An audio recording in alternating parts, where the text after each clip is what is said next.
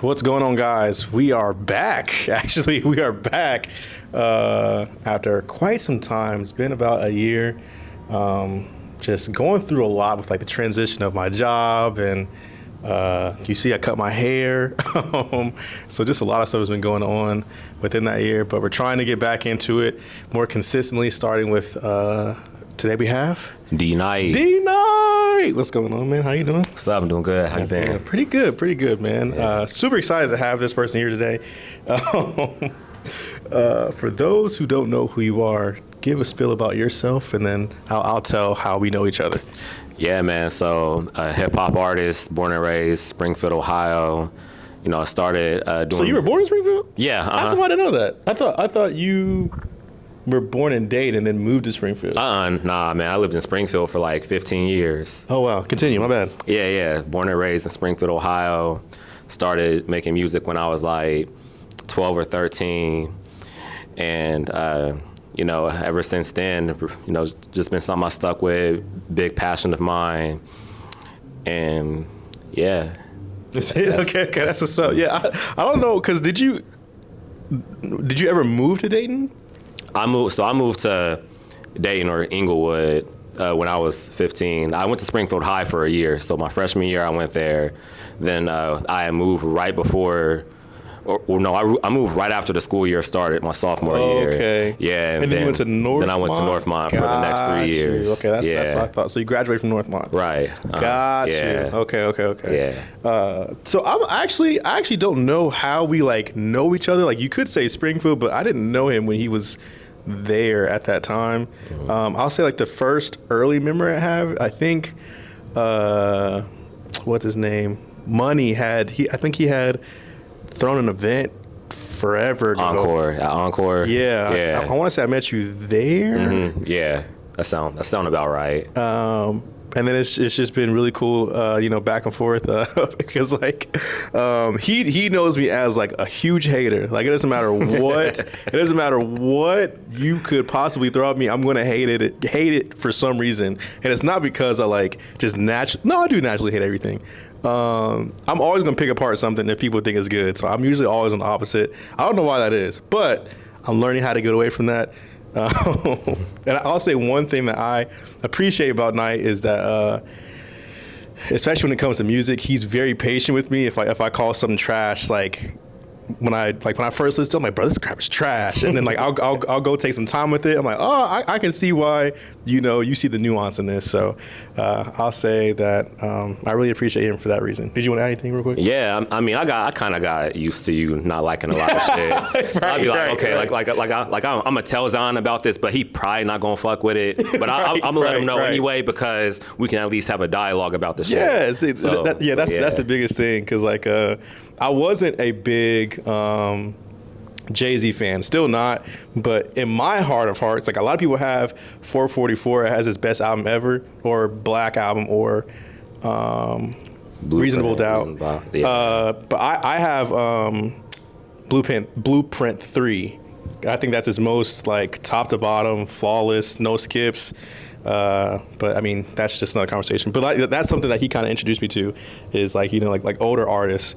So I appreciate him for that. I'll say one of the biggest reasons why I have him here today is because they're supposed to have it a long time ago. I'm gonna just be real. It's supposed to have it a long time ago, but just wasn't in the mental place to have interviews anymore at that time. So now that I'm back and I'm better mentally, it's a lot easier to just have conversation. But are you ready to start, or do you want to add anything before we start? Just want to say shout out to the homie Zion. You know, he's one of the most fire like content creators out here. Like just the way that bruh be doing stuff, and it's always good to see you in the mix doing shit like this, because it ain't a lot of people out here who's having platforms where people can come up here, do interviews, like raw, honest interviews, not just like your run-of-the-mill conversations and shit like that. You know what I mean? So yeah, if you're new to this, if you just getting hip to him, tap into his shit, his YouTube, his Twitch, Instagram, all that stuff. It's all good stuff. I genuinely appreciate that. I almost got emotional. You almost got me. We're just getting started. No, for real. No, for real. Just because I've been working really hard and getting back just to be consistent, and specifically with this platform, I think a lot of people, and I'm not trying to come out any local artists or anything like that. I'm not interviewing people who make music to interview them just for the music or anything like that. This is a conversation between me and Knight. I'm really trying to understand more of him as a person, aside from music, but then also inside the music. So this isn't this isn't a Breakfast Club interview, anything like that. This is me trying to get to know a friend who I have more so have seen online in real life, so that in that way, after this, I can have a better relationship. So all these questions are just, me curious about how this person thinks or X, Y, and Z. So I appreciate you for saying that. Also, I know that you guys see that all of my old videos are gone on this channel. It's because this one is going to be specifically for the Noisy Talks. The Noisy on Live channel is going to be more my IRL, my Twitch, my gaming, and all that stuff to have that combined in one. But I want this one to have just the Noisy Talks on it, so you guys don't have to scroll through and look for stuff. So this one is going to be predominantly the Noisy Talks. But with that being said, it used to be, I want to say it used to be 6 questions. It used to be 6 questions, but from now on, we're going to do 5 to give the people an opportunity to ask me questions, because I'd be like, you only get 1 question, but I want to be nice enough to give them 2 questions, just to see how stuff goes. So, are you ready? Yep, let's get it. All right. First question. Okay, so how I'm going to ask this may be kind of harsh, but I'm not asking it in a way to offend you. Okay. Yeah. So at this point of your music career, because of where you want to be at, where you want to reach, what goals you want to hit, do you see yourself stopping anytime soon? Wait, hold on. And the only reason why I say wait is just because I know as our generation, we tend to do things and we're good at it or we're decent at it, but then when we feel like we're about to reach a certain age, we want to stop because we don't see the outcome that we are wanting to get. So with all the things that you put out numerous albums, numerous EPs, numerous singles, you're doing the content, you're doing everything you can within your will. But now that you see that, you've gotten to this point in your life, do you feel like that music career is something that you're not really looking into anymore? Or is that something that you want to keep pushing because of how you feel towards it? Yeah, so I say that's definitely something I want to keep pushing. I'm not mad at that question either, by the way. I feel like if I stop now, it'd be kind of weird. It'd almost be tragic in a way, because I feel like now my stock is as high as it's ever been. So it's if I were to quit now, it'd be damn, what about all the other stuff that you've gone through, or the lessons that you learned, sacrifices you've made to even get to this point. So I feel like if I were to stop it, it should have been a long time ago, when things was just super flat, super stagnant. And now that I'm starting to, see an uptick in things, it'd be unfair to myself if I were to stop. So yeah, I can't see it. So one of my favorite, and I mean my favorite project that Knight has ever put out, he knows, because I randomly just hey, bruh, I'm listening to this right now, get emotional. Anyways. But my favorite album that he's ever put out is Life is Precious, bro. And not because of the time it was at, or the time it was put out, because it was right after COVID. It was 2021, right? It was towards the end of 2020. I started. I started doing all the videos during 2021. Got so you. It's in that so I mean, obviously everyone knows what happened in COVID and all that stuff. So one of the main reasons why I appreciate that album is because I could tell him, I was bro, this is your timeless record. You can play this in any era, any time, any whatever, and it still have the same feel from when you first put it out. Something that I'm really big on when it comes to local artists is how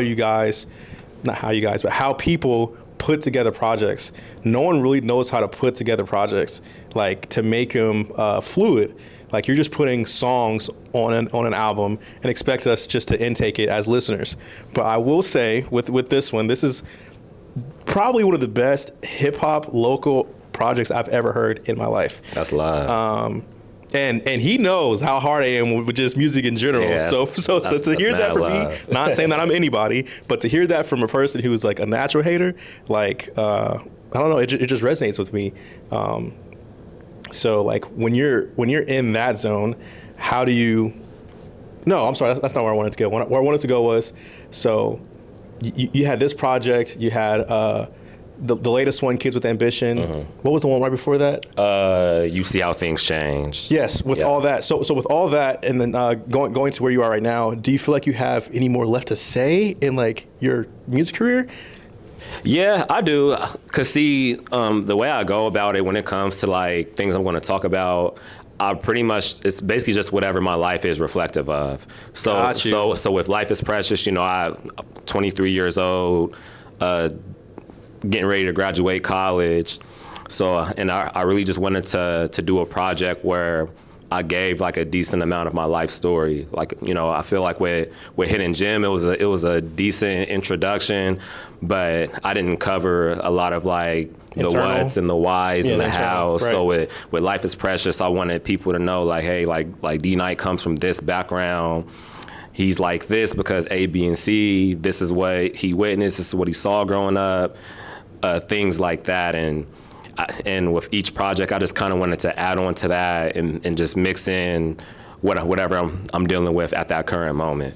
Okay. So then, like, you know, because one of the conversations we had with the Kids with Ambition was like I don't remember if you said that you were struggling with writing because, like, you know, when you said that you listened to the project like fully before putting it out, you told me that like it was hard to not hear like the same messages between all the songs. So I think that's why I asked that question, is because of specifically that moment. So like when you were doing Kids with Ambition, did you feel like a lot of the messages in between were the same, or like how did you navigate through that to where it was different? So with Kids with Ambition, what made that album so challenging is that I was super stressed out like within my day-to-day life. Okay. And by that I mean like my 9 to 5 position. So like I mean like I was getting off of work late. Some days I'd have to work Saturdays and I'd just be completely drained, and I would just be like, I don't know where I'm going to get this creative energy from. So you were you couldn't perform well when recording the album? Is that what you're kind of referring to? So when I would try to write, it's almost as if like my mind just really wasn't all the way there. Oh, gotcha. You know, so I read this book in college by he's an artist whose name is Ari Harstad, I believe. And he has said in the book, if you're creative, you want to work a job that takes your body instead of your mind, so that you have like the creative energy at the end of your workday to write music, to record, to think of ideas. And I had a job that took my body. That was Chipotle. I used to work there, but then once I started working a corporate job where I'm on the phones all day. If anybody work customer service, you know what I'm talking about. So boy, oh boy. So like, I mean, taking like 30, 40 calls a day, getting off of work. You got to take care of things around the house, and then like find time to be creative. Man, that's a huge challenge to make. So I went with the inner child theme because I felt like, you know, working a job every day, I felt like the more I worked a job that I really didn't care for, the further away I was getting from my inner child. And I really wanted to make sure I stayed in tune with that. Yeah, that's so interesting too, because I feel like we always lose sight of what we were before. Mm-hmm. But it's not about even like losing sight of what we were before. It's just like how we enhance the kid from then to now. Because like, you know, especially as adults, everything that we learn from there obviously correlates to how we are now. But keeping the fun or the joy that we had from then is sometimes hard to keep it when you're an adult. So to his point, I think it's very cool to mesh that in between and then, you know, create Kids with Ambition. So kudos to you, brother. Kudos to you. Yeah. Second one, Oh, okay. Second one. So you're getting married soon. Yeah. Like, wow. Like, you're about to get married, bro. You're getting married soon. What aspect of marriage do you feel that you are not necessarily prepared for? Woo. That's a great question. What aspect do I feel like I'm not ready for? I would probably say once kids come into the picture. Oh, I was actually about to ask you about that after you answered the question. Go ahead. If I really had to say the aspect, because I know sometimes kids can alter the course of a marriage. Yeah, relationship, marriage, anything. Yeah. Yeah, and that's not something that. So me and my fiance, we talked about that a little bit, but we've never had like an extensive conversation on what it would be like once kids are in the picture, because like people get married, everything's great, they have kids, and then you hear stories about the husband paying more attention to the child than he is his own wife, right. And vice versa, and then it's things can kind of turn to shit after that. Right. Not saying that's going to happen to us, but that is something that I like thought of maybe a couple of times. But okay, let's open that real quick. So like when we're talking about having kids, especially in this day and age, bro, like you see how the world is, you see how everything is, and like that's why I'm fearful. Like I never want to have kids. More so because I'm fearful. I can admit that I'm very fearful. And like people will say, well, you never understand what real love is until you have a child, blah blah blah. But I don't want to experience that.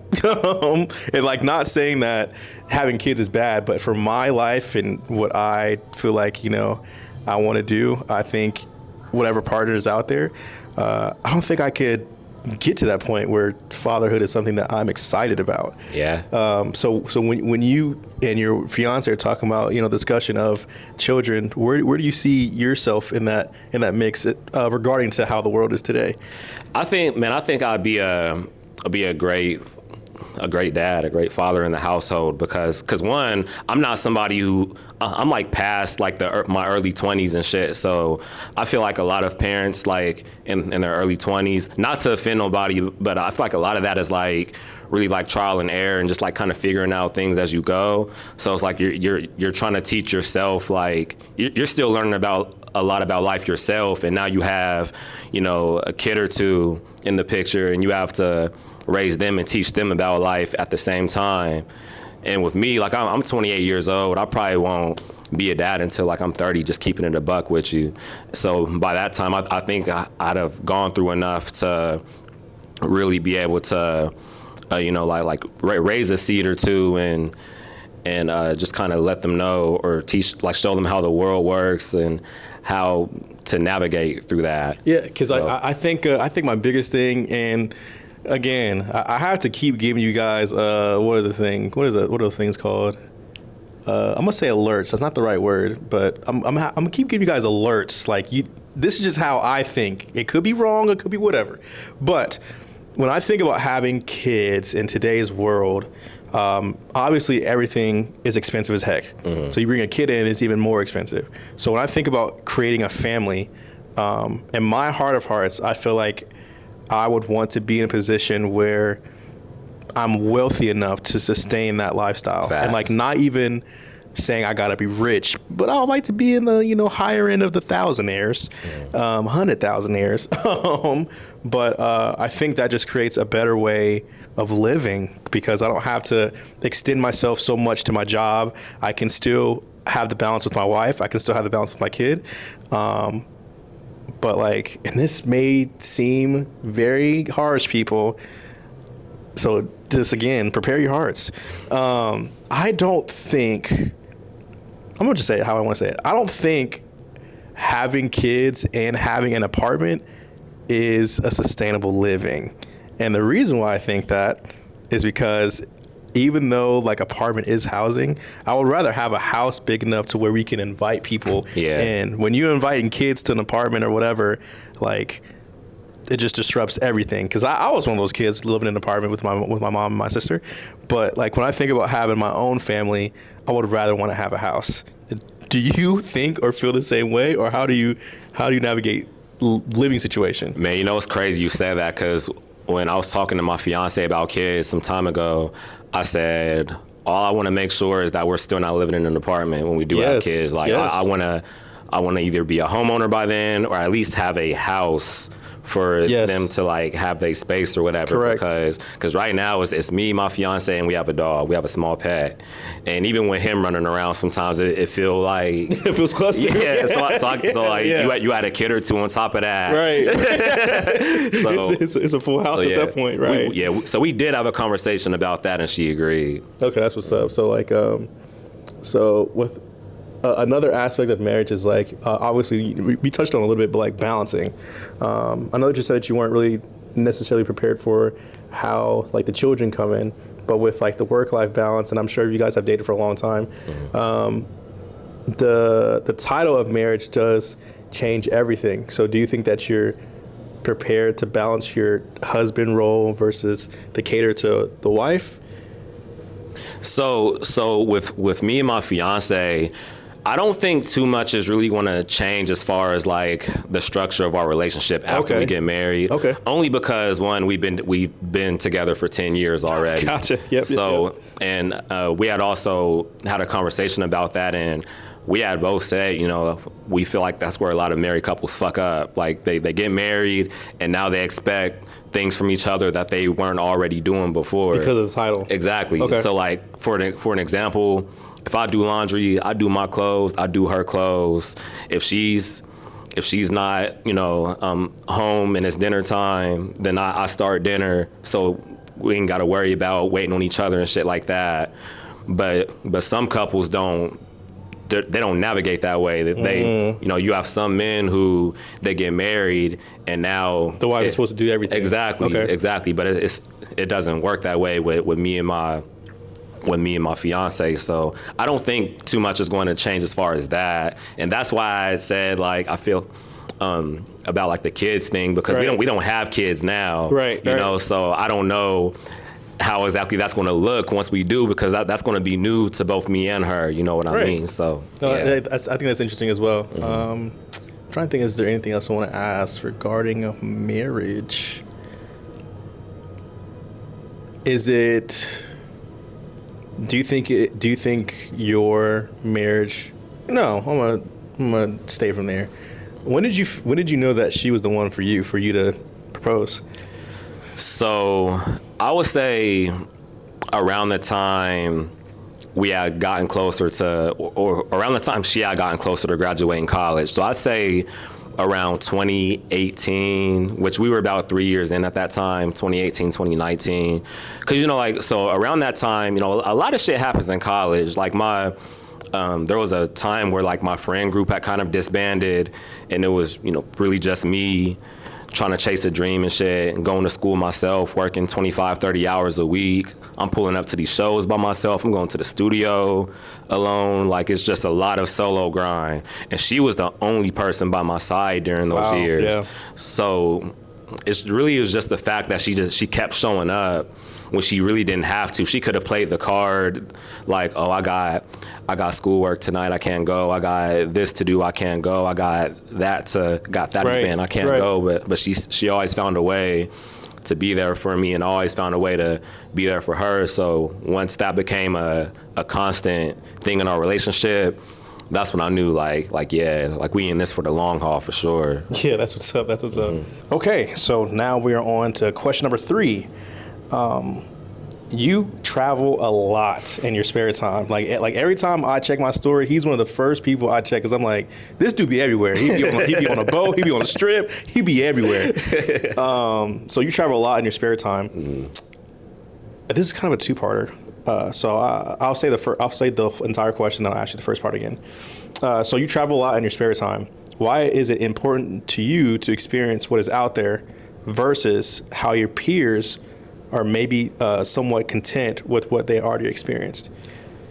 Yeah, I think it's important because it's a whole world outside of where we live at, and you just never know like what you're going to see or who you're going to run into that's really going to spark your mind or spark that next idea. And I know I'm mostly just speaking from like a creative aspect, but even if you're just like somebody who doesn't who's not a creator, who doesn't do music, who doesn't write or draw or anything like that. You know, there's just so much out here to see and experience, and I just feel like if you limit yourself to what's around you, to things around you, then you're going to miss out on a lot of that stuff. And honestly, I owe it to my fiance as to why I've gone so many places. Yeah. So like, number one, I never really knew like how cheap it was to like go places. Travel. Yeah. Like a quick road trip to Chicago or Grand Rapids or Pittsburgh or whatever, or just catch a flight real quick. Before COVID, of course. Right. Like it's a little expensive, more expensive now, but like back then it really didn't cost cheap. that much. So, and honestly, like that really sparked a lot of my ideas and stuff, going different places. I got a song on Kids with Ambition called Wanderlust that was kind of about that experience. So yeah, I definitely feel like, you know, especially when you're young too, and you got the freedom to just get up and go somewhere, you know, that's a good way to grow as a person. Yeah. So like, as you're traveling, and again, no disrespect to your peers, because I don't know your peers, but for maybe people who are more content in where they're at, how would you express to them like, hey, this is something that could change your life, dang near? I'll say just go out and see some shit. What they say touch grass. Go outside and touch grass. But nah, like, you know, just go out into the world and just live, you know, experience a little bit. You know, if you're at home and you got, well, I guess I shouldn't put it like that, but yeah, I mean, just be eager to see what's out here, you know what I mean, instead of like it's more than just the club or your local bar and shit like that. I mean, there's nothing wrong with that stuff, but there's more than that. I'm on the fence about that, but we'll get to it after this. So like, when you're experiencing this stuff, what is one big lesson that, like, you know, like when you met somebody and they told you this that stuck with you to this day? Like anybody? Yeah. Like why you met when you were traveling? When I was traveling. Man, cause you know how like when you go onto like, let's say like a travel destination, whether it's a cruise or a resort, and there's a family, and they automatically are like, you know, there's something about you. Let me give you this life experience about whatever. Oh. Have you had stuff like that before? Man, I ain't never had. I don't think I've ever had that experience, but I will say when I met Andre 3000. Oh, yeah, that was just like a jealous. I was hurt. That was a wild experience. Yeah. Because that shit really happened by chance. Like I didn't told this story before, but I mean, we stopped at like a random ass gas station like right outside of Nevada, and there he was, just like in this long ass line waiting to use the bathroom. And we the only people in that bitch who know how to speak English too, by the way. Wow. So people around him don't even know that that's him. Dang. That shit, like that was that like an out of our experience for you? Yeah, kinda, cause I didn't think I'd ever really be the one to get starstruck, but I also never thought my first celebrity encounter would be fucking Andre 3000. That was your first encounter? Yeah. Oh, I never knew that. Yeah, that was my first encounter. So I just I walked up to him. I was like, "Hey, what up, 3 Stacks?" He was like, "What's good?" I said, "Man, I'm a big fan of yours." right. You just turned into a kid. I turned right into a fucking kid, man. Yeah. And I asked him if I could get a picture. My family was there. He took pics with my family and shit. Dang. That was just the most down to earth, you know, thing ever. Because he really didn't have to do that for real. But was this last year? This was 2023. Oh, that was a few years ago. Yeah. Time is moving by so fast. It is flying. Oh my gosh, dang. Yeah. Where's the favorite place you've been to? Travel wise, I feel like the city I'm in love with is Chicago. Really? I love Chicago, man. Why is that? The architecture. Oh yeah, I can see that. I mean, just being downtown and, you know, walking around.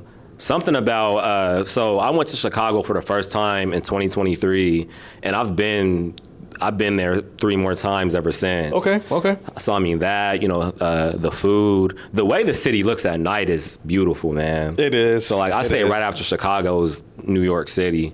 I put them both up there for real. I'm low-key scared to go to New York. Why? Just because I feel like it's too much, and like I'm already a too much person. So to go out there where energy is like 50 times higher than what you are as a high energy person, it's hard to deal with. I'm not gonna lie. So it's an experience. It's very aggressive, which I'm not mad about.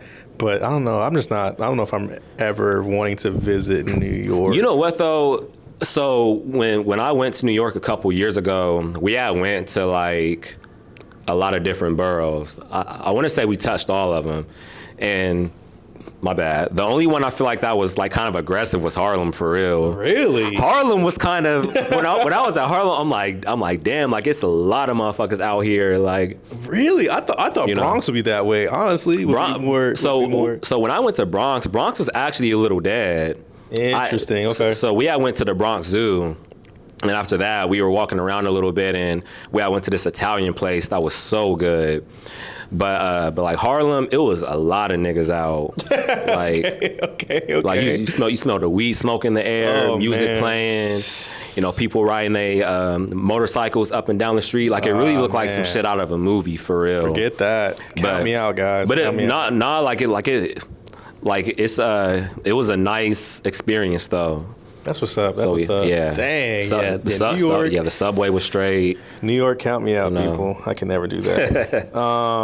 You might like it though. Freak, no. I'm trying to see. Okay. So similar to question number 2. So we're on question number 4. Is there an avenue of your life that you don't have figured out? If so, how are you trying to navigate through not knowing that? I am still trying to figure out what I want to do outside of music until music can become a full-time thing. And what I mean by that is like on the professional job aspect or like the everyday job aspect. So I went from working customer service to now I'm at a law firm, and I'm just trying to figure out like what exactly I want to do professionally for the next however long until I can get music up and jumping off the ground. And honestly, the way I've been navigating, trying to figure that out is really just my mom's been helping me a lot in that aspect. You know, encouraging me to go get certified. You know, different certifications, increase my skill set and whatnot.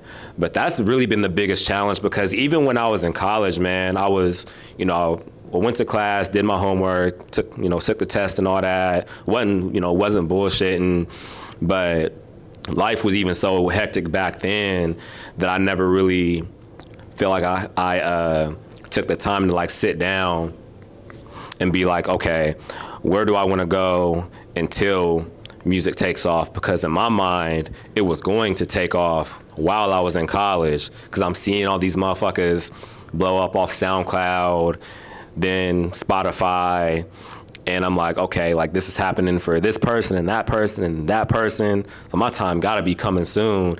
And it just, I wasn't there yet. So that's kind of where I'm at right now, figuring that out. I'm going to challenge you a little bit. Mm-hmm. Let me give you my perspective on that. Mm-hmm. So for people who are creative, I feel the best way to navigate through that is to just try stuff. So like, and I'm not, because you said that you basically you watch my content here and there. So with me, I think about what I can do and then how can I put that on screen, right? So like for me, I'm like, well, I just want to talk to my friends, see how it is. And then I'm like, well, let's do noisy talks.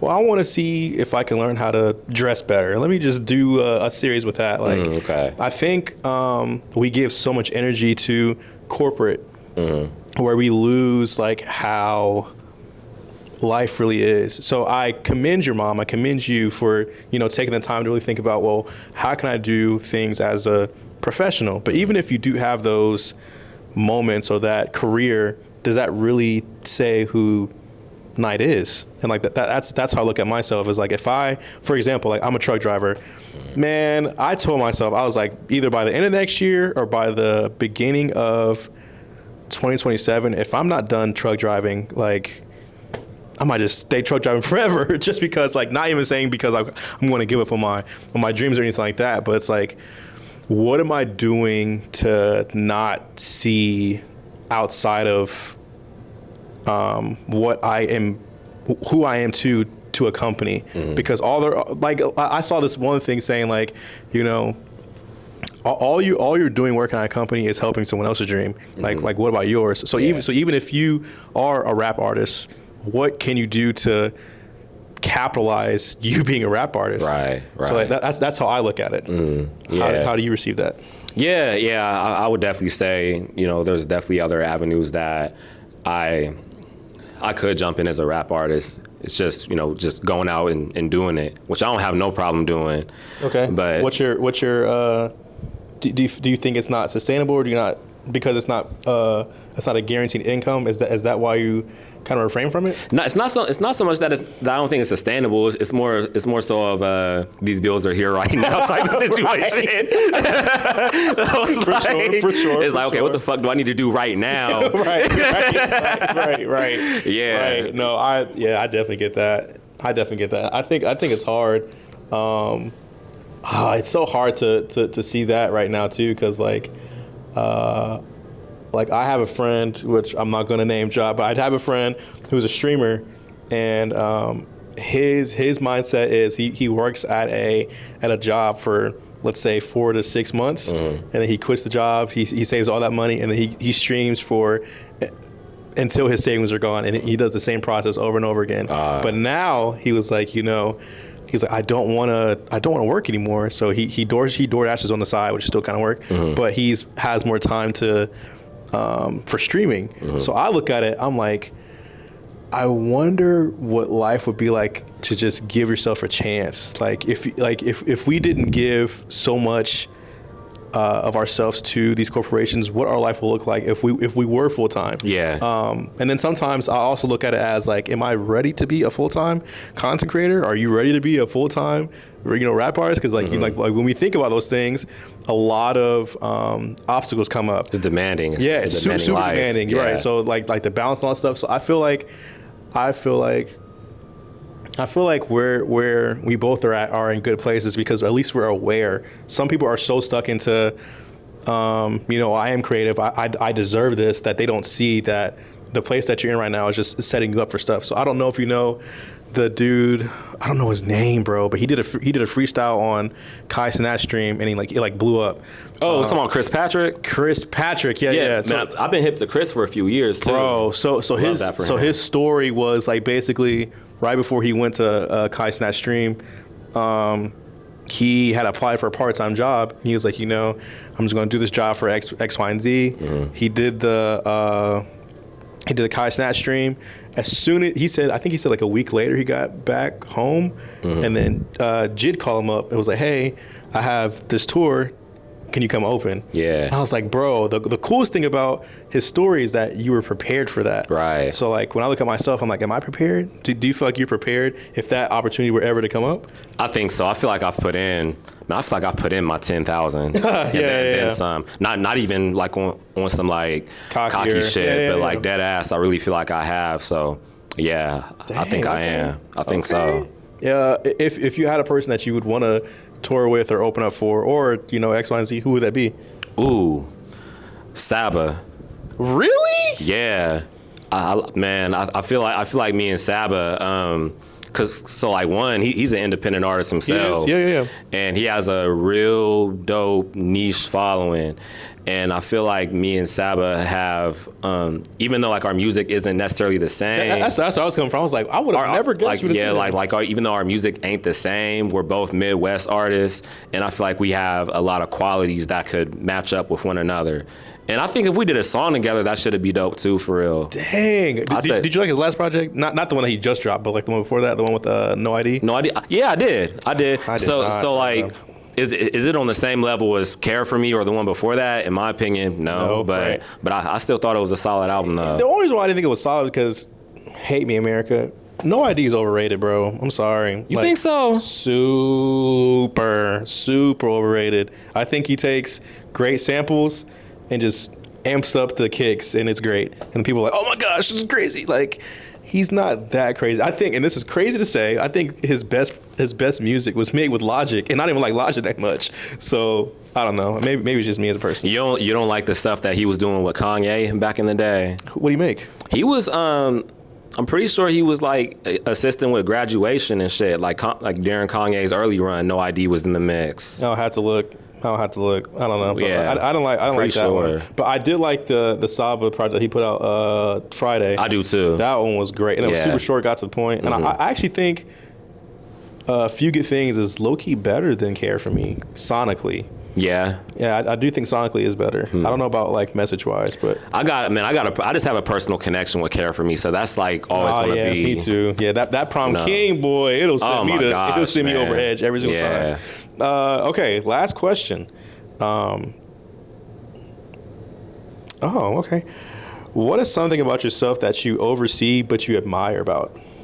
That I oversee but admire. Yeah. So like, I'll say something that I oversee but I admire about myself is like, I can walk into a room and talk to anybody.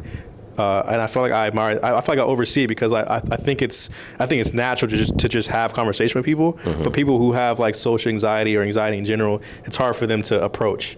So, what is something about yourself that you don't necessarily think about that's a good quality about yourself? I feel like I'm pretty adaptive when it comes to certain situations. I don't really. How do I word that? I feel like if I'm in a certain situation or if something happens, I'm pretty quick to think on my feet, and I'm not somebody who really sweats a whole lot. When it come to certain things, because you know, like being in the music industry, things change at the drop of a hat. I mean, man, especially at shows, bro. Yeah, I've been seeing people panic. I'm like, well, if you had a little bit of improv in you, you could do something. So yeah, exactly. I could get that for sure, though. Yeah, so that's not something I think about a lot, but it's definitely leaked into like other parts of my life as well. Like what? Like if I'm at work and something goes wrong, I can okay fix something. Everybody's comfortable now. Yeah, right. So yeah, it's crazy, man. Like being in the music industry, it teaches you a lot of life lessons and a lot of life skills too that I probably wouldn't have learned if I was just in school or just working a 9 to 5. It's kind of wild for real. I never thought it'd be like that when I was younger. Right. But just looking back, I'm like, man, like even if the shit don't work out, like I learned a lot from this shit. Man, a lot. That's crazy to think about. Yeah. Too. Alrighty, so that is all the questions that I have for you. Now, this is the segment where I open up to the people because people are asking, well, ask questions to Zion, ask questions. Okay, so do you have any questions prepared? Yeah. Oh, you do? Okay, so he's only allowed 2 questions, people. 2. There will be a time where I get interviewed by somebody, don't know when, don't know who, but he has questions. So go ahead, brother.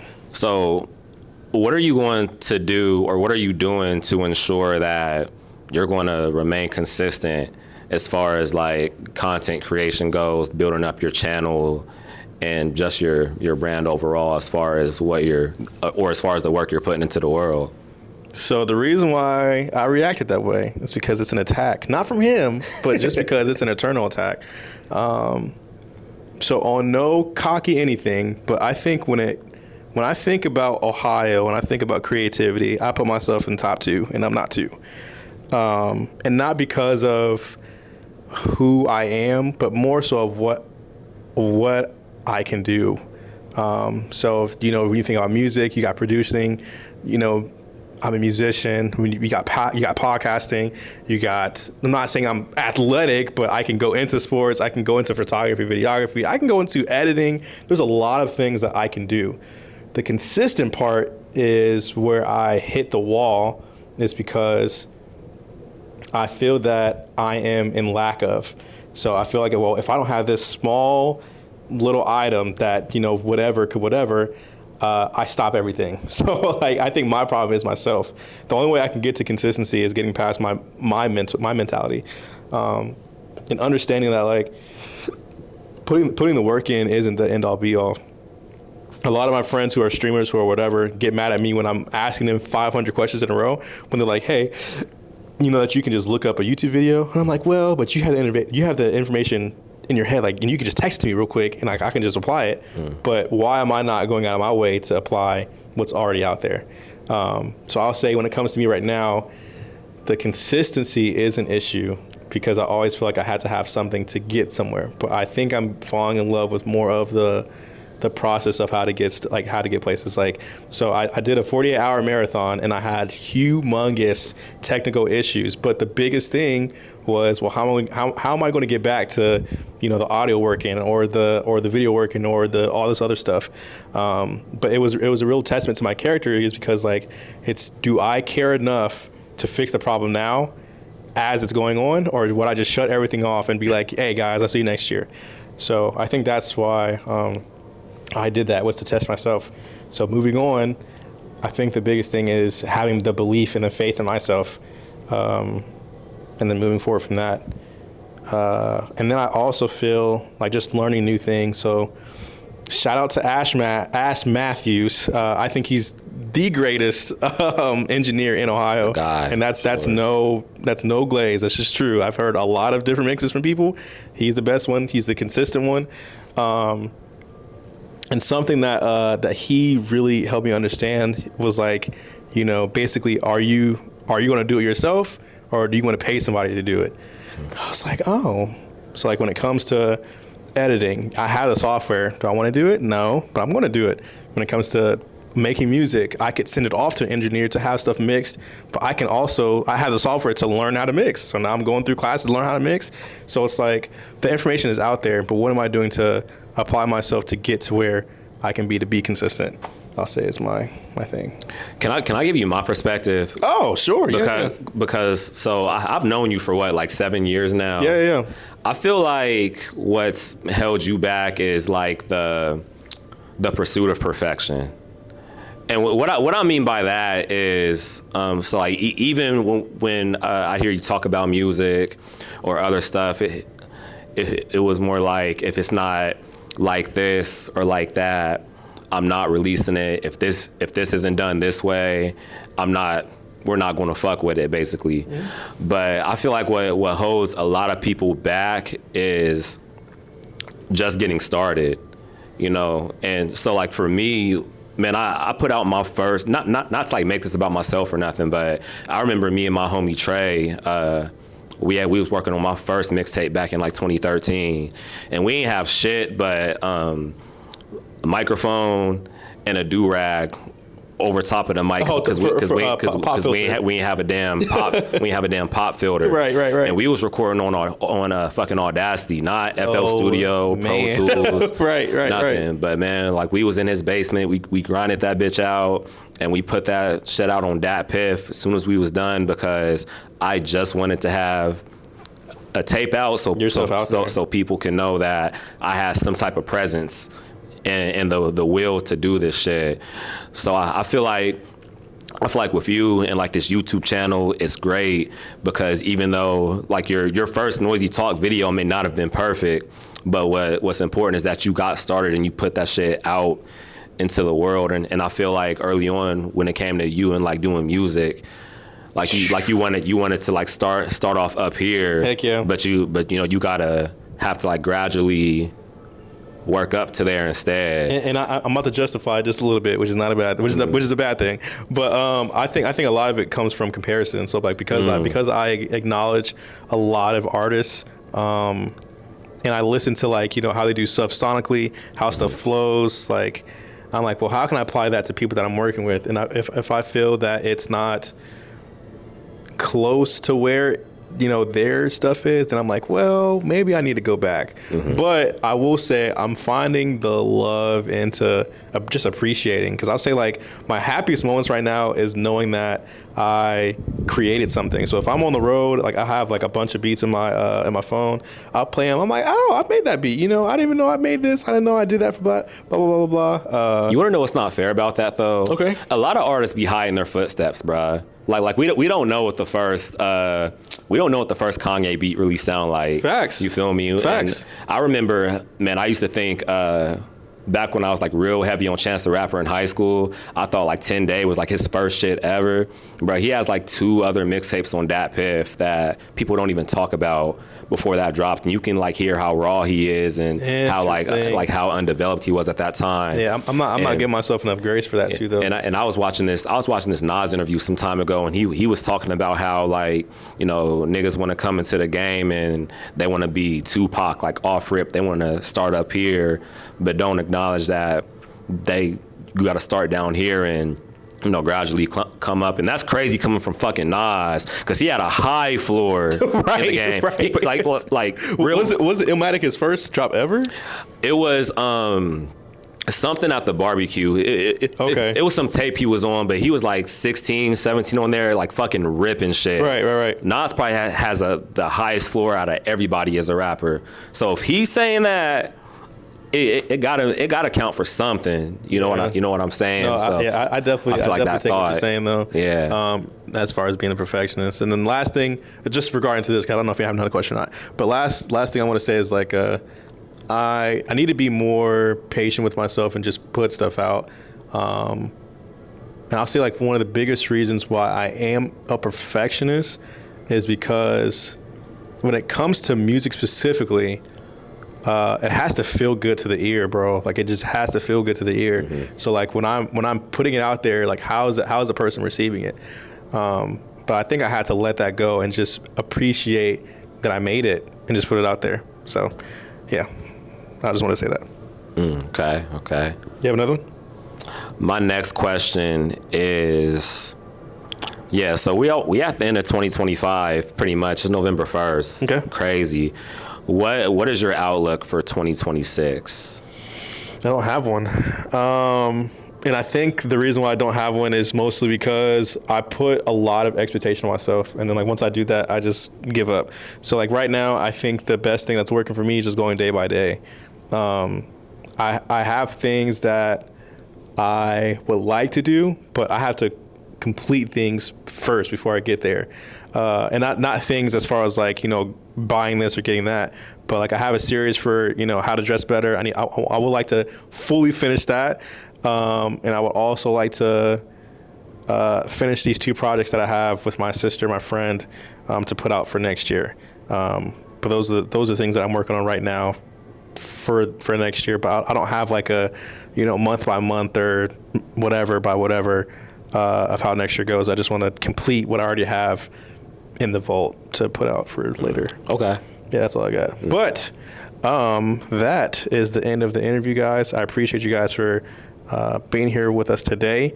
Please go check out D Knight's music. It'll be linked in the bio below. He actually has a show tonight, so him coming up here right before the show is actually crazy. I don't know when this will be put out, but I'll let you know. It's real rap life shit. Interview before the show. But yes, please go check him out. And other than that, it is Noisy and D Knight. And we are out, guys.